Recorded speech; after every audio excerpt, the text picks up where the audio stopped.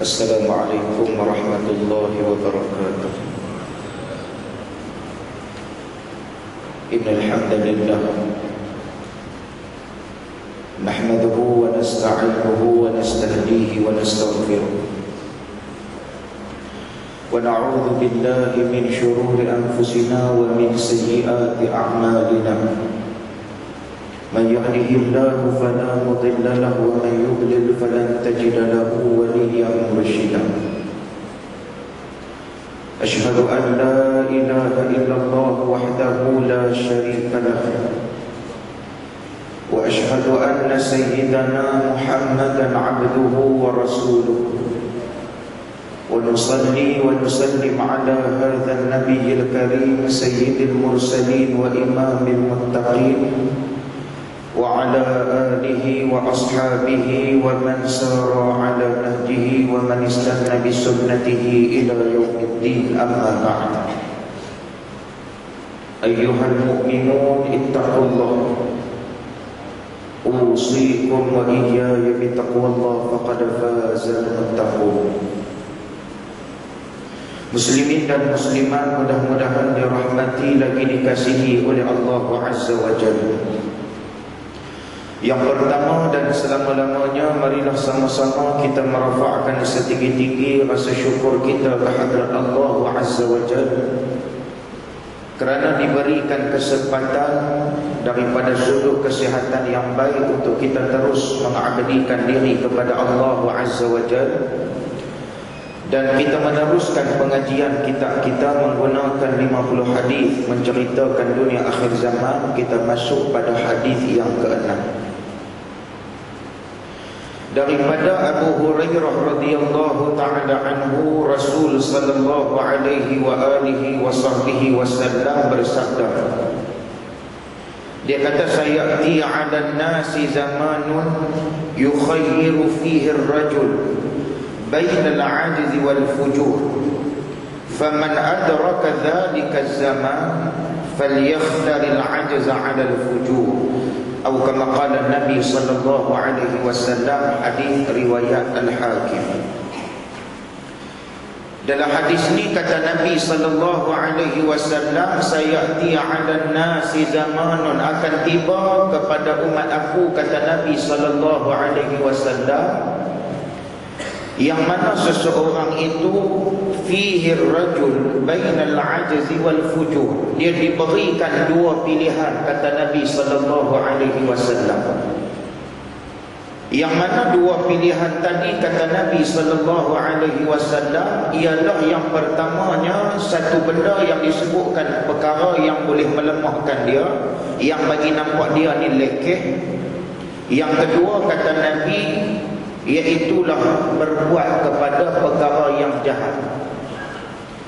Maka sesiapa yang menjumpai zaman seperti itu, hendaklah dia memilih yang lemah daripada berbuat yang jahat, kata Nabi sallallahu alaihi wa alihi wasallam. Baik, kita melihat satu perkara daripada huraian kita kemarin yang berkaitan dengan persoalan amanah yang saya telah huraikan pada kuliah kita yang telah lepas pada kemarin. Dan hari ini kita masuk sedikit lebih terperinci tentang apa dia yang disebutkan sebagai amanah dan apa dia yang disebutkan sebagai jujur itu sendiri. Sebab kalau kata kita tengok daripada sudut perlawanan, amanah ini lawan dia maka yang disebutkan sebagai khianat. Maka amanah ini adalah satu kunci untuk kita nak melihat sama ada seseorang itu mempunyai nilai munafik ataupun kita sebutkan sebagai nilai nifaq dalam hidup dia ataupun tidak. Maka kalau kata dia sanggup beramanah, seperti mana yang kita telah sebutkan berkaitan dengan persoalan amanah ini yang amat-amat besar, ketika mana dilantiknya seorang sahabat Nabi sallallahu alaihi wasallam yang bernama Khalid Al-Walid dalam soal peperangan. Tetapi dalam pada masa yang sama, apabila naik Sayyidina Umar, dilantik pula Abu Ubaidah Al-Jarrah Maka kita melihat dua pertembungan yang hebat. Satu dilantik Khalid dalam zaman Nabi, dalam zaman Abu Bakar As-Siddiq radhiyallahu taala anhu. Tiba-tiba apabila Abu Bakar, orang yang rapat dengan Nabi sallallahu alaihi wasallam, naik pun dia tak pecat lagi Khalid.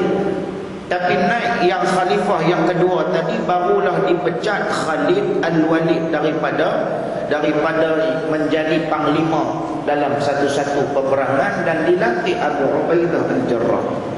Maka menunjukkan kepada kita tentang persoalan amanah ini adalah persoalan yang amat berat, sehinggalah masuk pula kepada kita pada hari ini tentang keadaan di mana kejujuran itu dinilai oleh agama Allah Subhanahu wa taala. Maka jujur ini, kata lawan bagi jujur, adalah satu sifat yang disebutkan sebagai dusta. Maka jujur adalah sifat, maka amanah adalah sifat, khianat adalah sifat, dusta adalah sifat. Maka bila sebut tentang persoalan sifat ini, apa dia? Maka sifat adalah sesuatu yang menumpang pada sesuatu, maka itu adalah sifat. Bila sebut kata sifat ni, sifat pemarah, sifat pemurah, sifat penyayang, sifat kedekut, sifat bakhil, ini adalah sifat. Bila orang tanya dengan kita, yang tadi kita sebut dusta adalah satu sifat, amanah adalah satu sifat, khianat adalah satu sifat, maka apa dia yang dikatakan ta'arif bahasa yang paling mudah tentang kedudukan sifat itu sendiri? Sifat ini adalah sesuatu perkara yang menumpang ia pada sesuatu, itu sifat. Nah, maka contohlah saya kata batu itu adalah keras, batu itu keras, maka yang menjadi sifat kepada batu adalah keras tersebut. Nah, maka bila sebut tentang persoalan batu itu keras, maka yang menjadi sifat kepada batu adalah keras. Kapas itu putih, maka yang menjadi sifat kepada kapas itu adalah putih tadi.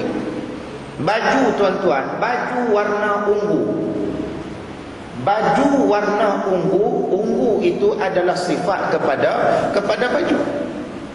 Maka bila sebut tentang persoalan apa yang digariskan oleh syarak tentang kedudukan sifat itu, maka perkara ini akan menumpang dengan diri kita selagi mana kita berada sebagai umat manusia yang kita lebih sebutkan sebagai makhluk Allah Azza wa Jalla.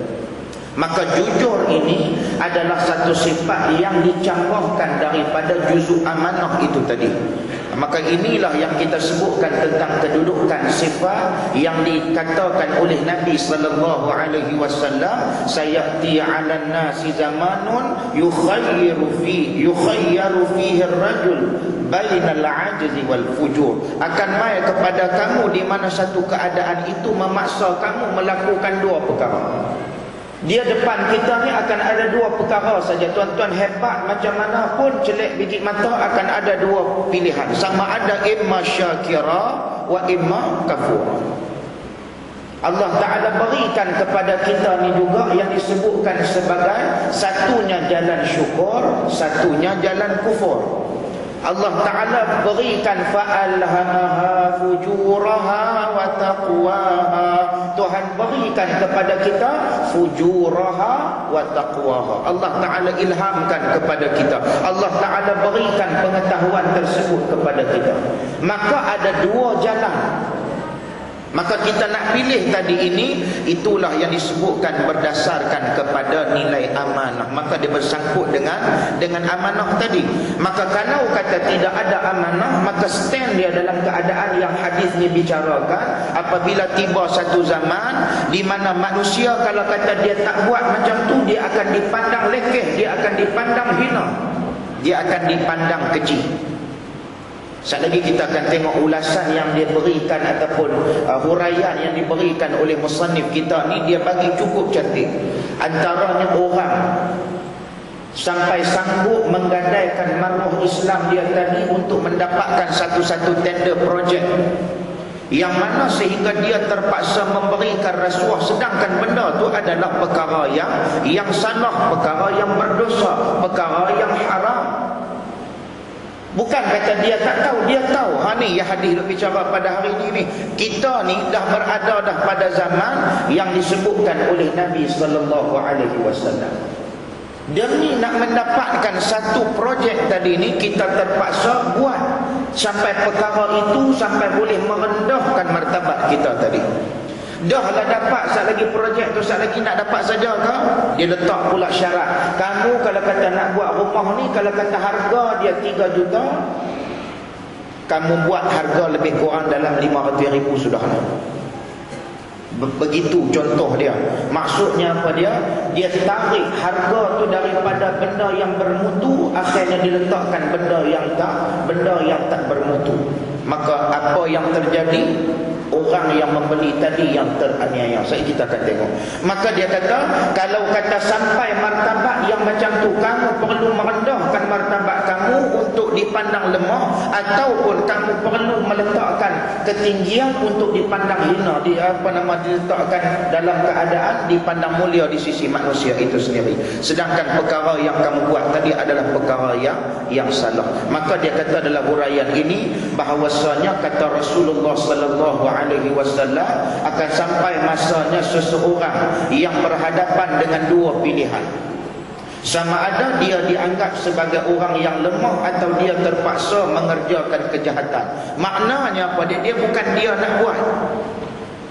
Dia menipu tu tadi dengan sebab apa? Dengan sebab terpaksa nak bagi orang tengok dia tu macam mana orang yang hebat. Maka dia terpaksa.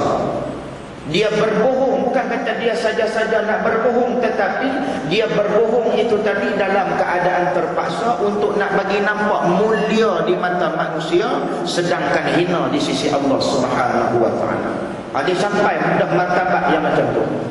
Maka dia akan mai juga lagi, dia kata bahawasanya sama ada dia tadi dianggap mengerjakan sebagai orang yang lemah ataupun dia terpaksa mengerjakan kejahatan. Maka ketika itu orang yang tidak ada yang dapat dipercayai lagi, bahawasanya tidak ada yang jujur, tidak ada yang amanah, tidak ada peri kemanusiaan, tidak takut dosa dan tidak memikirkan akhirat. Dia akan mai sampai masa dia.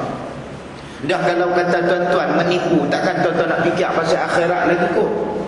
Kalau kata hidup kita ni, kita senantiasa ingat kepada Allah Subhanahu wa ta'ala. Kita nak buat naya kat orang ni, kita fikir 100 kali, bukan kata 10 kali. 10 tu kira sikit, fikir 100 kali.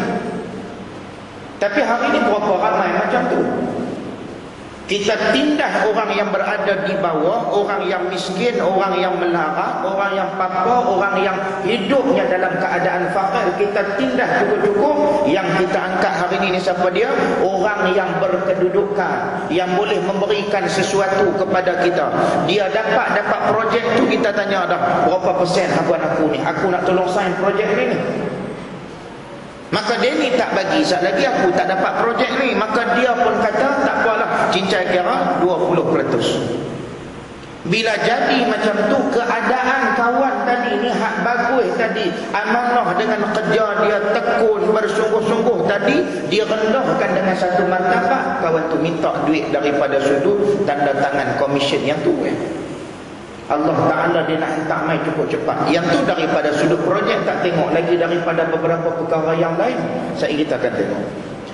Maka dia kata bahawasanya tidak ada yang jujur, tidak ada yang amanah, tidak ada berperi kemanusiaan, tidak takut dosa dan tidak memikirkan akhirat.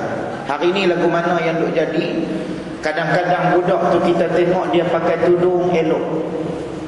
Dia pakai tudung tu cerita dia elok, keluar pergi dengan kawan-kawan, duduk di stesen bas.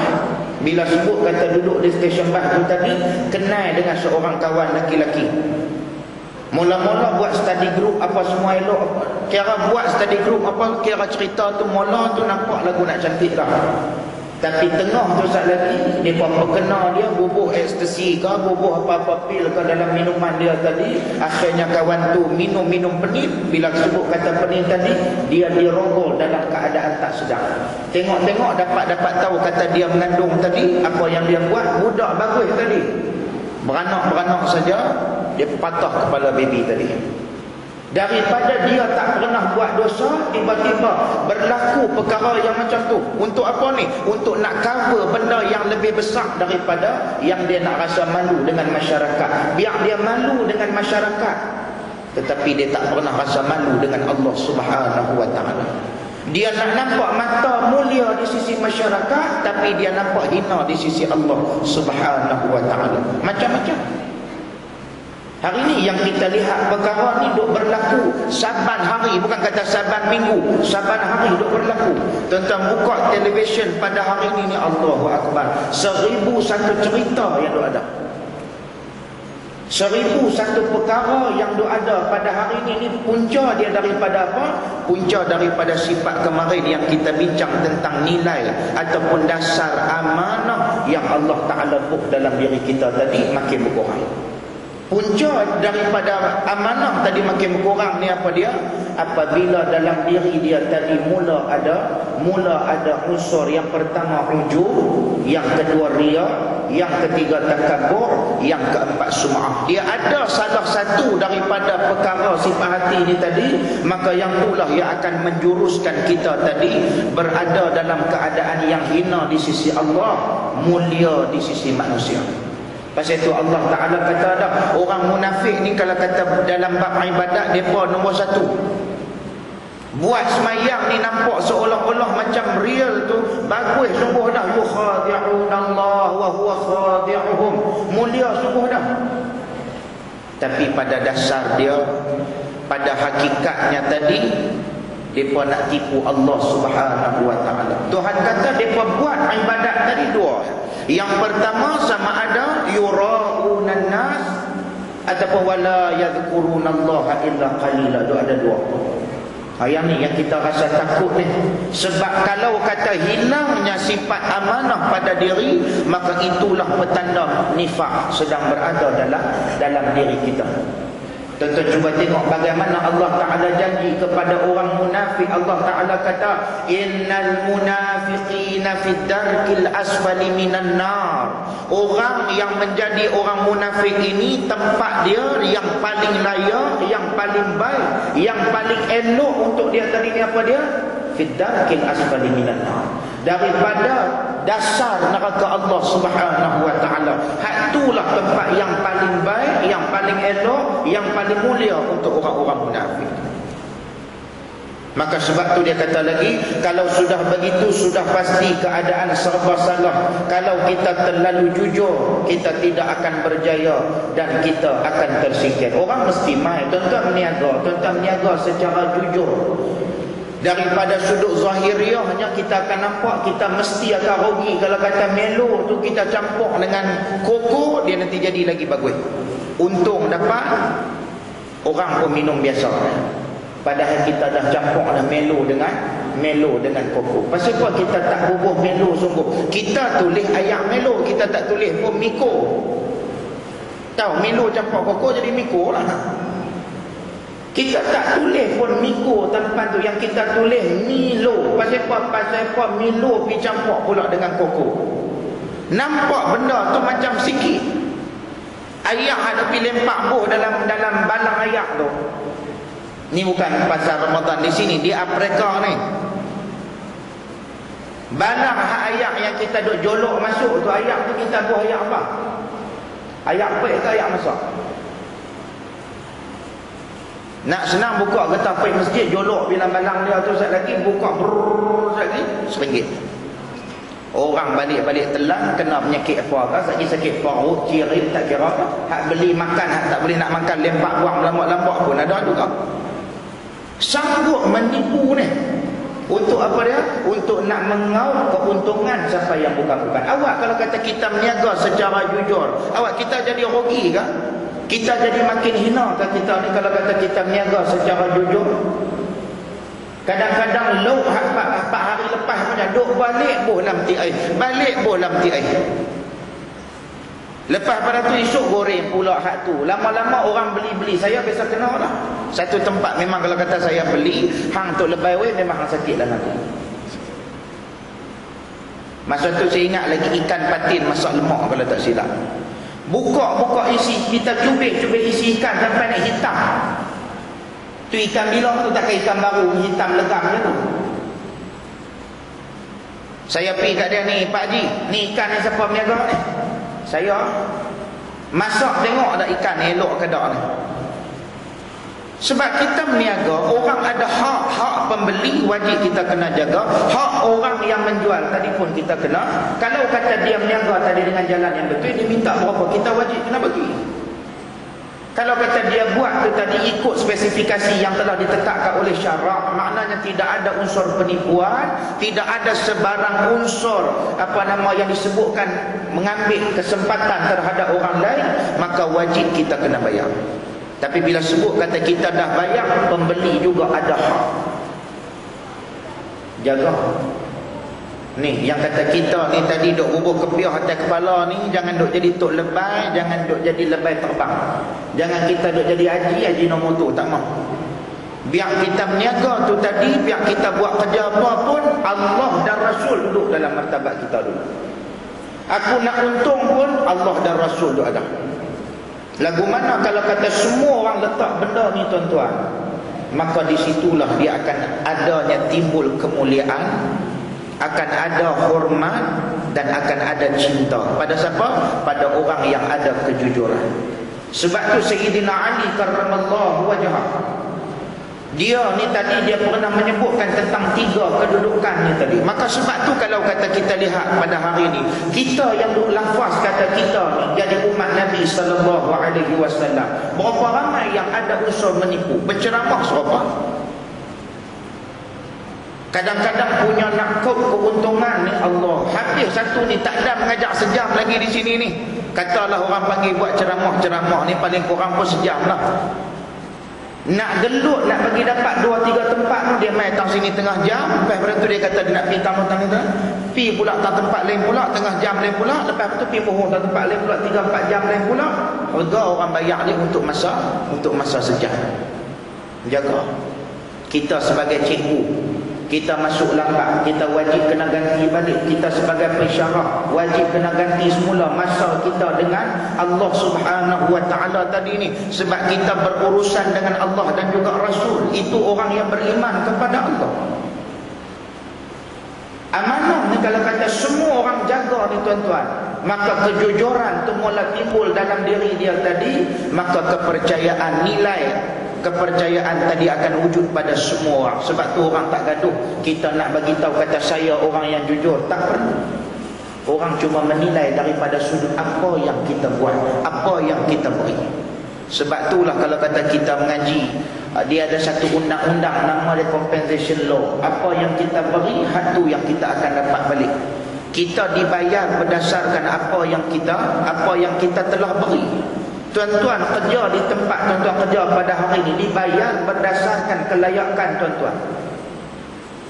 Kalau kata our job description tak kita penuhi tadi, maka gaji kita tadi boleh masuk kepada unsur syubhah yang pernah disebutkan oleh Al-Imam Syaukani. Syubhah ini menghampirkan kepada juzuk yang haram. Maka sebab tu perkara mula kita yang duk semayang, kita yang duk puasa, kita yang duk taat kepada Allah, kejujuran mesti kena ada.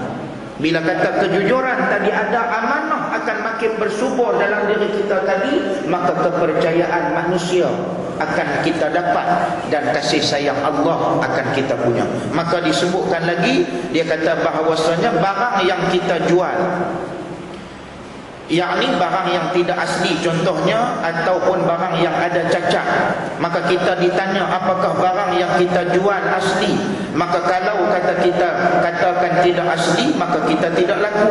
Kalau kita cari yang asli, harganya mahal, dan orang di kiri kanan kita pun semuanya menjual yang tidak asli, maka kita masuk bersaing mendapatkan tender dari kerajaan contohnya. Sama ada tender untuk membuat bangunan, membuat jalan raya, tender menyediakan bahan-bahan tertentu dan sebagainya. Kalau kita tidak menyogokkan wang kepada pihak yang membuatkan keputusan, kita tidak akan berjaya mendapatkan tender tu. Tuan-tuan cuba tengok berapa ramai dah buat kerja kotor lagu ni. Rajin main mengaji, rajin cukup-cukup main mengaji, ilmu ni cukup tak pernah tinggal.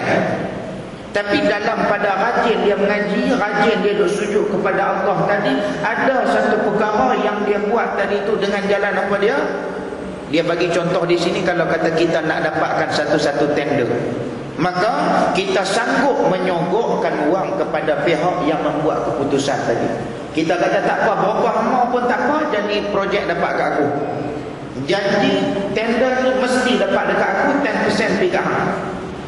10% tu banyak tu. Nah, jangan kita kata Allah 10% bukan dia banyak mana. Dia 10% tak banyak.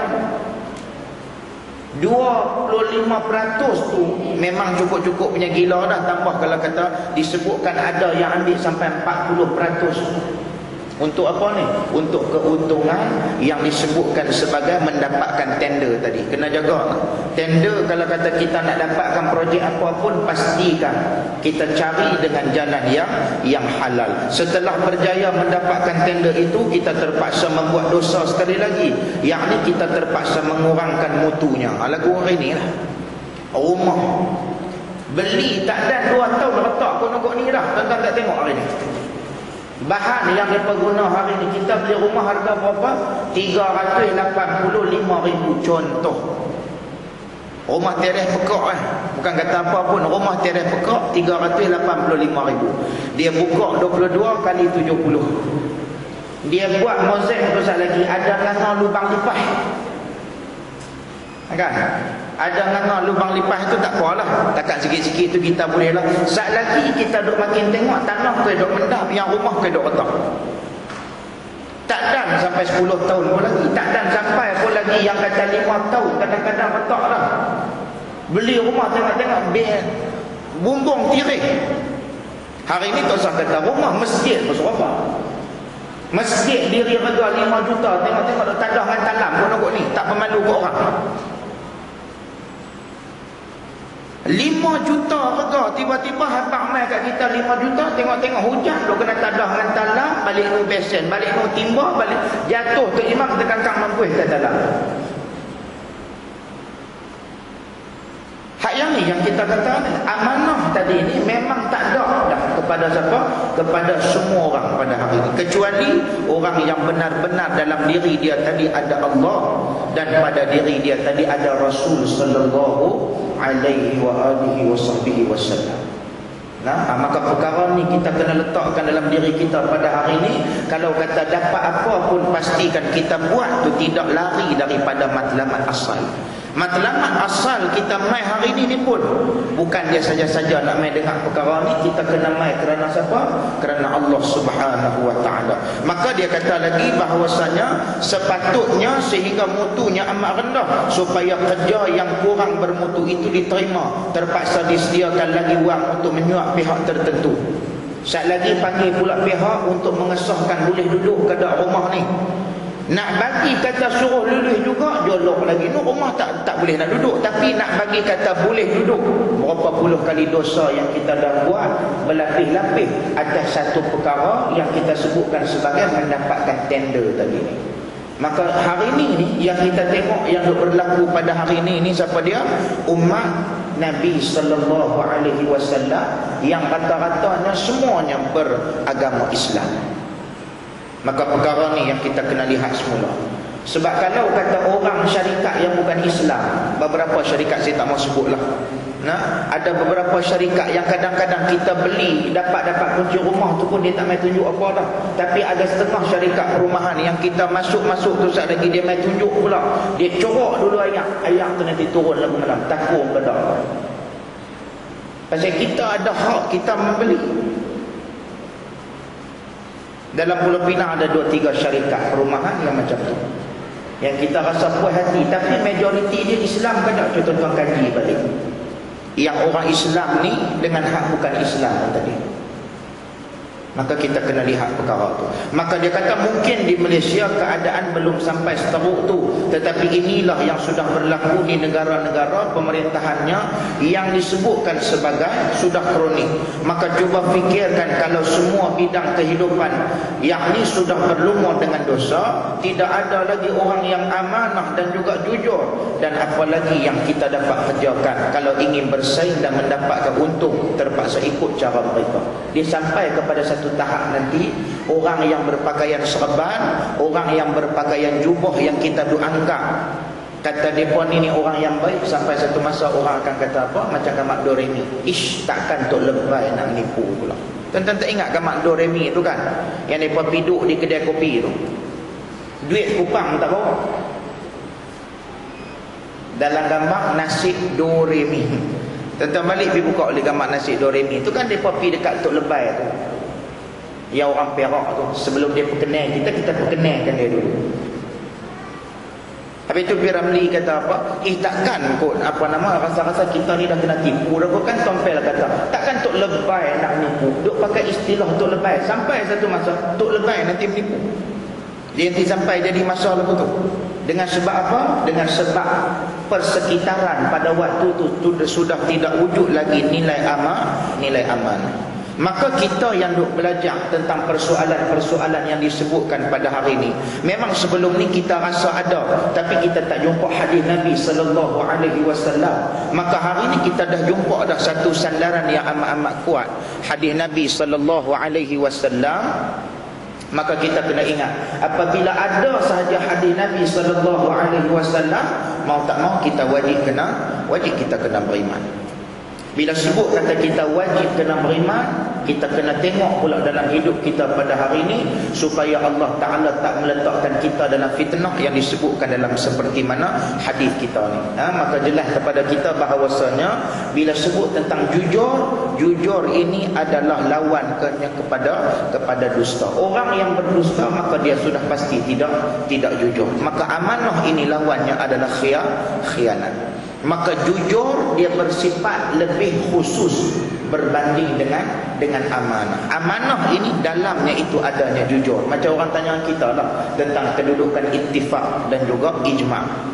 Ittifaq ulama' dengan ijma' ni apa dia? Ittifaq ni benda yang lebih umum, tetapi ijma' dia lebih merangkumi secara khusus. Contoh, ittifaq dalam mazhab Imam Syafi'i.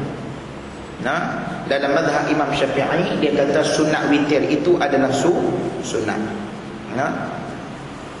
Tetapi bila sebut tentang persoalan apa nama ni, ada sebahagian pula mazhab, macam mana mazhab Maliki, dia kata sunat witir adalah wajib. Kan? Maka kita nak boleh beza tadi yang kata ittifaq tadi, dia antara mazhab dia saja, antara kumpulan dia saja. Yang kata ijma' ni pula apa dia? Ijma' ni merangkumi keempat-empat sekali. Kalau kata sepakat empat-empat tu, maka itulah yang disebutkan sebagai ijma'.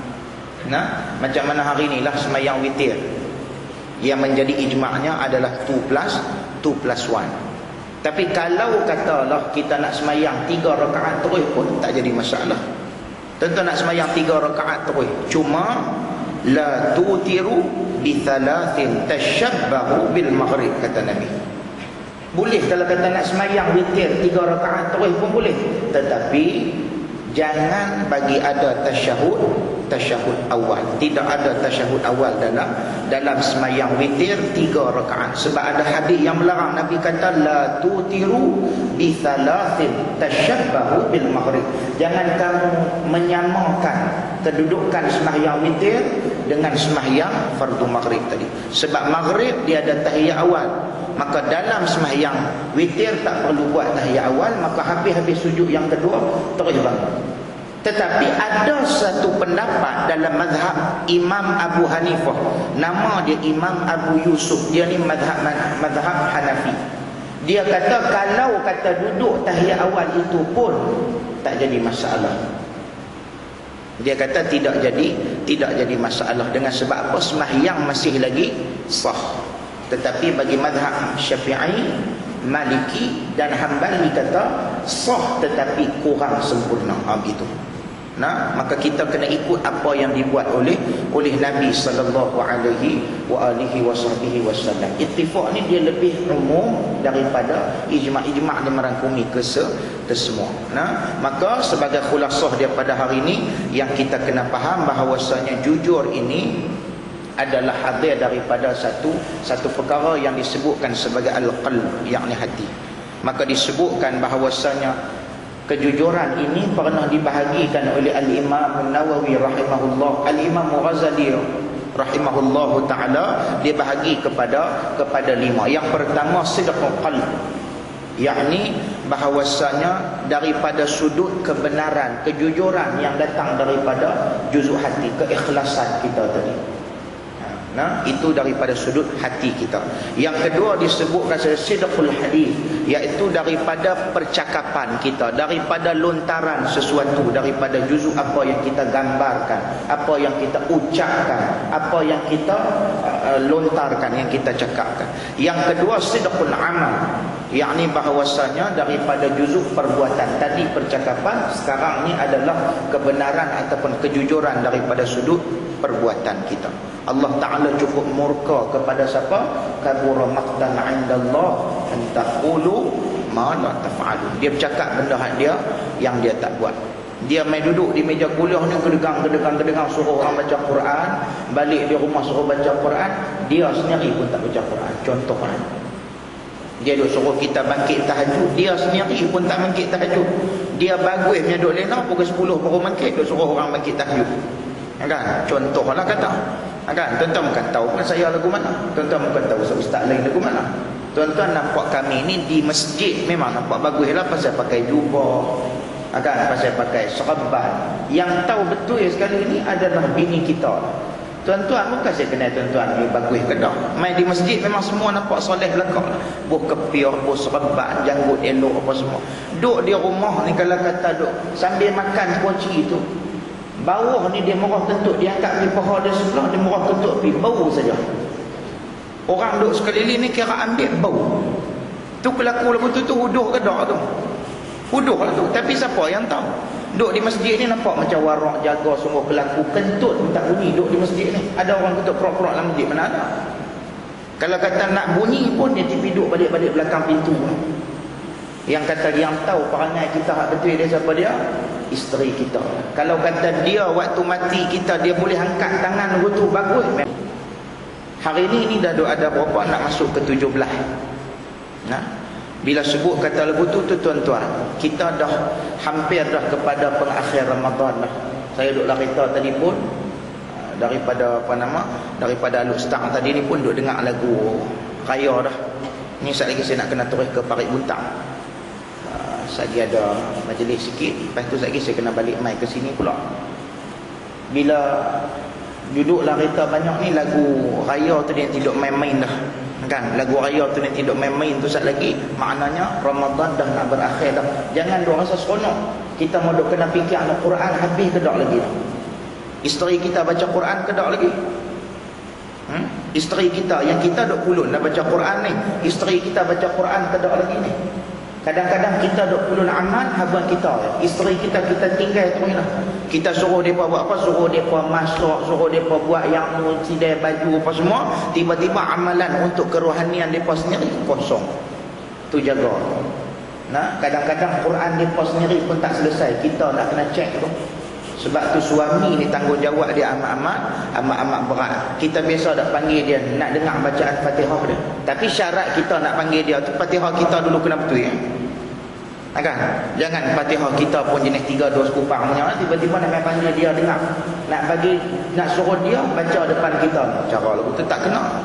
Sebab tu kita pada hari ni kena muhasabah dah. Ramadan makin dah nak tinggalkan kita dah. Jangan duk berasa seronok dengan lagu raya tu. Mau duk kena rasa risau, Quran aku pun tak selesai lagi pada hari ini.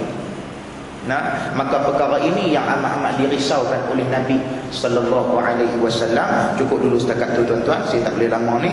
Insya-Allah kita berjumpa pada hari esok pula dalam hadis yang ke-8. Hadis yang ke-7 insya-Allah. Hadis yang ke-7 tentang kedudukan kehancuran yang disebabkan tidak ada amanah. Apa dia kita akan tengok pula esok. Ni hari ni kira semua duk bincang pasal amanah. Kemarin amanah, hari ni jujur, esok dia akan masuk pula apa dia bahana. Orang yang tidak mempunyai kejujuran, yang tidak ada amanah dalam pekerjaan dia tadi, adakah dia akan dirahmati oleh Allah ataupun dia akan dikeji oleh Allah Subhanahu wa taala. InsyaAllah kita berjumpa pada hari esok. Saya minta ampun dan maaf andai kata ada terkasar bahasa, terlanjur bicara. Siru ala barakatillah. Billahi taufiq hidayah. Assalamualaikum warahmatullahi wabarakatuh.